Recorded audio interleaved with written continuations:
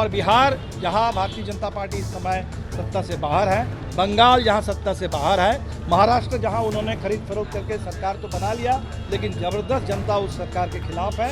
और आकर के अगर शांति की अपील करते तो एक बात समझ में आती कि बिहार में ऐसा हुआ, आप होम मिनिस्टर हैं, सीधे राजनीति की बात की, सीधे उन्होंने चुनाव की बात की कि इसके आधार पर हमें 24 में पूरी सीटें दे दीजिए। इन राज्यों में जहां उनके लिए 2024 का चुनाव कठिन साबित होने वाला है, उन राज्यों को टारगेट करके ये हिंसा का खेल खेला गया और हमें लगता है कि इसको बहुत गंभीरता से लेना चाहिए। नमस्कार, मेरा नाम प्रेम है और आप लाइव स्ट्रीम देख रहे हैं। देखिए, गृह मंत्री अमित शाह 2 दिवसीय बिहार दौरे पर थे और उसके बाद जिस तरीके से जनसभा को संबोधित किया और अमित शाह ने कहा कि आगामी 2024 में लोकसभा का चुनाव है, 40 में से 40 सीट बीजेपी को जिताइए और तीसरी बार प्रधानमंत्री नरेंद्र मोदी को बताइए।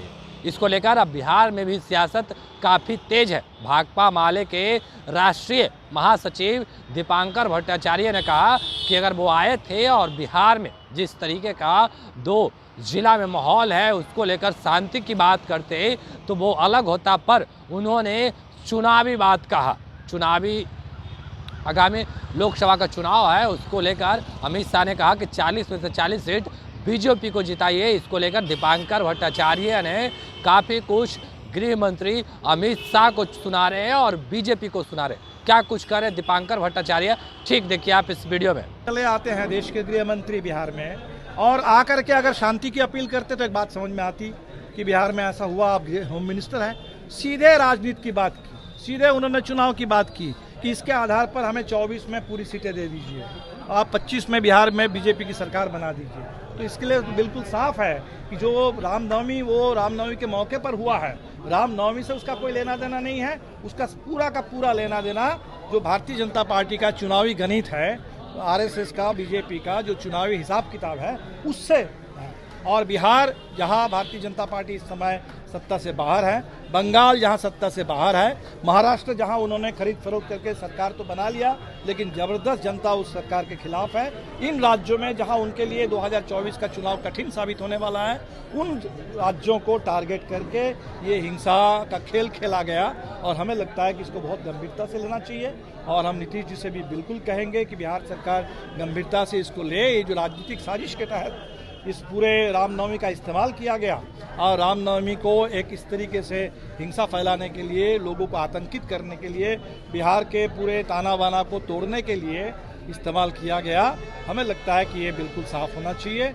और ये बिहार को गुजरात बनाने की जो साजिश है, बिहार को बर्बाद करने की जो साजिश है, हमें बिहार के अंदर भी इस पर काबू पाना होगा और पूरे देश में इस राजनीति को खारिज करना। तो अभी आप दीपांकर भट्टाचार्य को सुन रहे थे कि क्या कुछ कहना है गृह मंत्री अमित शाह को लेकर। और उतना ही नहीं, जिस तरीके से बयान दिया था गृह मंत्री अमित शाह ने कि 2025 में बिहार में भाजपा का सरकार बनाइएगा तो जो दंगाई लोग हैं उनको उल्टा लटका कर सीधा कर देंगे। इसको लेकर भी जो दीपांकर भट्टाचार्य हैं वो हमलावर दिखे और कह रहे हैं कि अमित शाह गृह मंत्री हैं जो बिहार दौरे पर आए थे और उन्होंने आते के साथ ही चुनाव से जुड़े हुए बात कहा, उन्होंने शांति फैलाने की बात नहीं की है।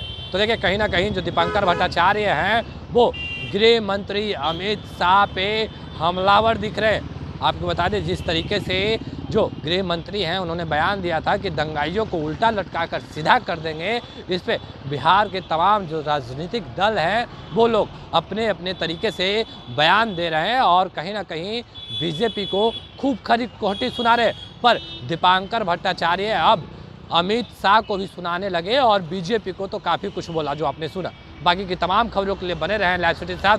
लाइव सिटी को सब्सक्राइब नहीं किया, सब्सक्राइब कीजिए। हमारे फेसबुक पेज को लाइक करना बिल्कुल न भूलें। धन्यवाद।